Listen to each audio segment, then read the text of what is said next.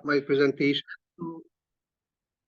So the title of the presentation is Critical Success Factors for the Effective Management and Efficient Management of Multidisciplinary Research.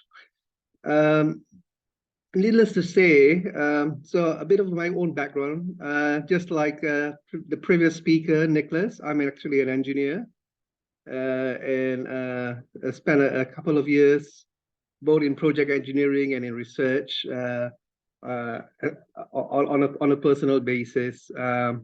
And since then, I've retired and I've now have my own consultancy. I've been a bit under the weather. I'm just recovered today, so I'm gonna be speaking a bit slow. Yeah. So indeed. So we're all sorry. Next, it's not moving to the next screen. Sorry. Yeah, so we're all familiar of the importance of interdisciplinary research.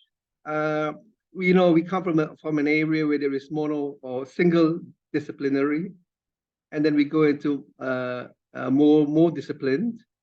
But with multidisciplinary, the important thing is in order to address some of the complex issues and emerging challenges, we need more than a multidisciplinary. So I'm postulating interdisciplinary research. Examples of what the world has gone through, for instance, COVID, how to understand the cause and effects and what actually happened, we got to get many people from across the globe, especially to understand what actually happened and how to come up with the vaccines. Another one would be the tsunami that we had, and again you have multiple agencies coming together. So indeed, when it comes to addressing complex issues, and indeed today as we move on, issues are getting more and more complex. Not because the engineering problems has escalated or has become more difficult, but I think society in itself has become more complex. I take note of what Nicholas has shared earlier, where we look into areas where culture and civilization, they do play an important aspect of it as well. And here it's got all these different fields that you can see what would a multi or interdisciplinary research entail. Yeah, so there are benefits of interdisciplinary research because that allows us to have a holistic perspective and a comprehensive view of the solution. It's important that in any research, as I think one of the previous keynote speakers addressed, we got to understand what is actually the problem statement. And once we fully understand the problem statement, then we start to look at before we can come up with some solutions. It's important that we identify also the stakeholders and the different disciplines and the different who will and I think in today's research, which is addressing real world problems, you really need to have almost the entire all disciplines, both in academia and in industry, and also for the society, to all come together, and of course to get their what we call stakeholder engagements. This will also bring about innovative ideas and breakthrough discoveries when you have experts from different fields when they collaborate. Because then they bring very unique perspectives. They come as experts from their own field. They're able to give us a look at a problem in a different dimension, from a different perspective, and bring to the table a solution. And this will definitely foster innovation and groundbreaking discoveries, which is not possible with a single or with just a limited discipline. discipline experts. So there are definitely obvious benefits of interdisciplinary research.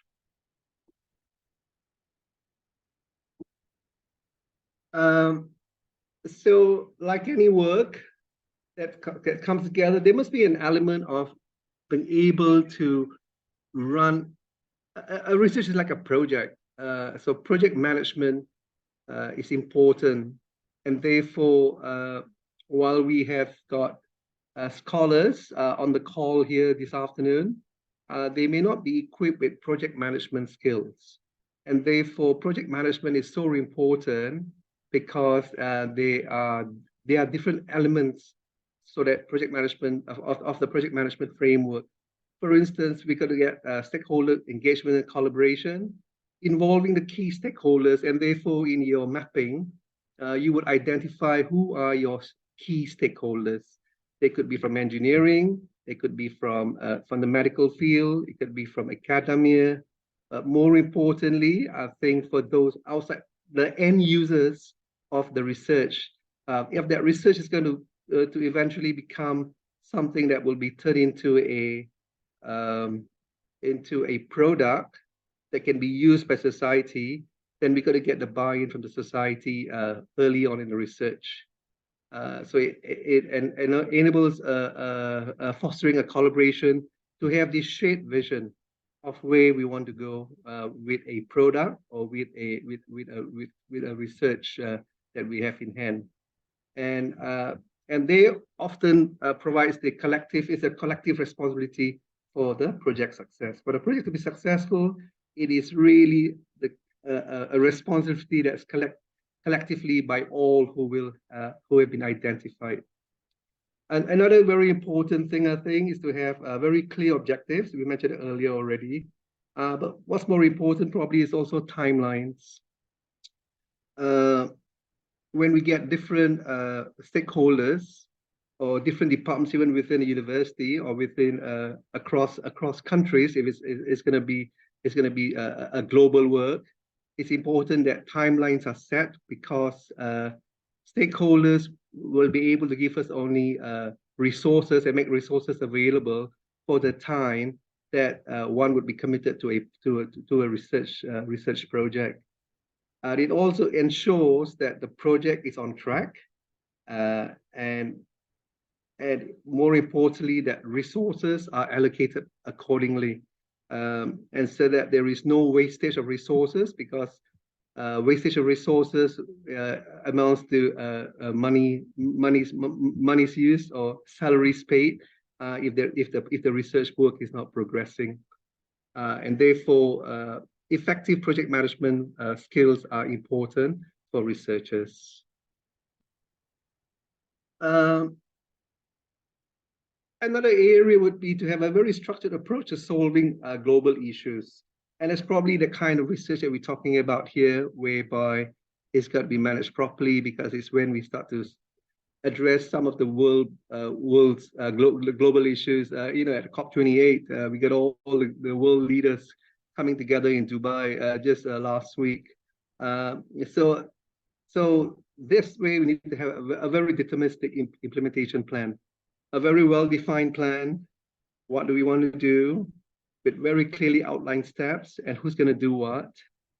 And because this will then increase the likelihood of successfully addressing the issues that we have at hand.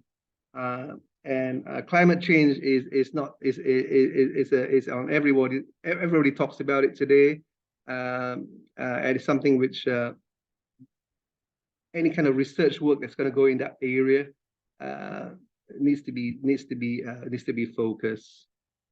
Another thing we got to do is if we're going to ensure that we keep things on track, we're going to have metrics which are measurable, and we should also have do a critical assessment of what is being delivered to ensure that once they are assessed, so that they are evaluated effectively, and in this way there would be continual improvement, part of the quality management system, ISO 9001, to ensure that there's continual improvement, and things which are, if it's gone off track a little bit, it's got to be brought back again. And through interdisciplinary research projects, this is would be very key.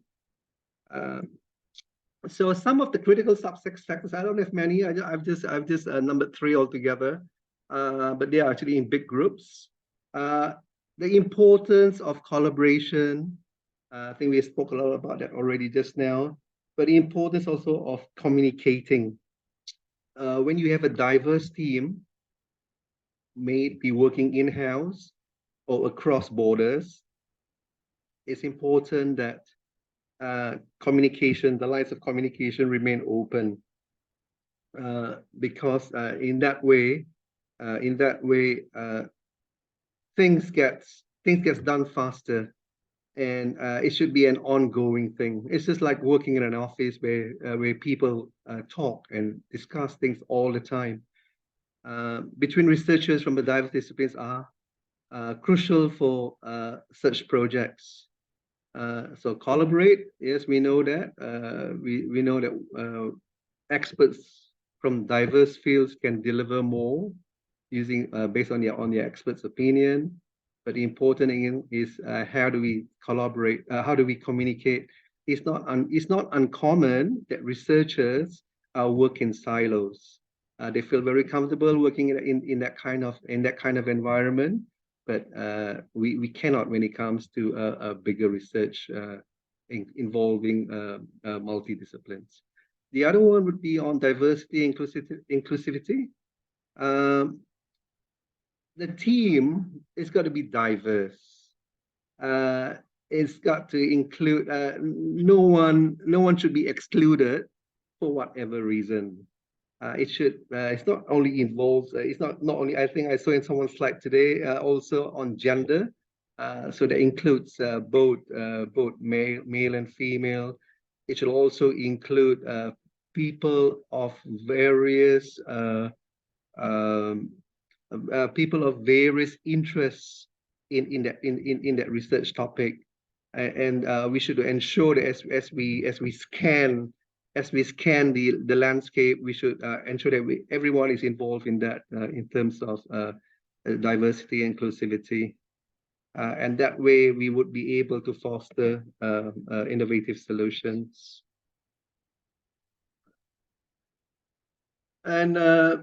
And of course, again, very important is the allocation of resources, because it involves cost, involves time, proper allocation and management of resources. How big is going to be the research team? Who are the people who are going to be collaborating across universities, across governments, across nations? More importantly, what about funding? The funding of and personnel, all this is going to cost money, and therefore research funds, if they're not managed properly, before the research product is delivered, they may run out of funding, and therefore again, very good financial management is important for the success of interdisciplinary research projects. I think I'll come to my last slide now.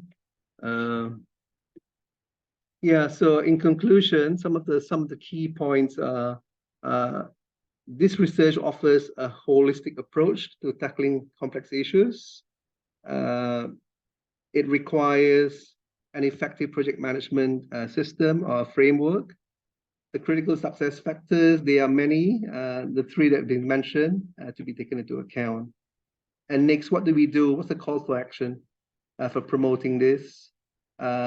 Again, interdisciplinary collaboration and implementing the different identified critical success factors which have been identified, and focus should be put on them. And in that way, we'll be able to address not only the local issues or regional issues, but I think even the bigger issues at a global level. And this will bring about solutions which are effective and impactful.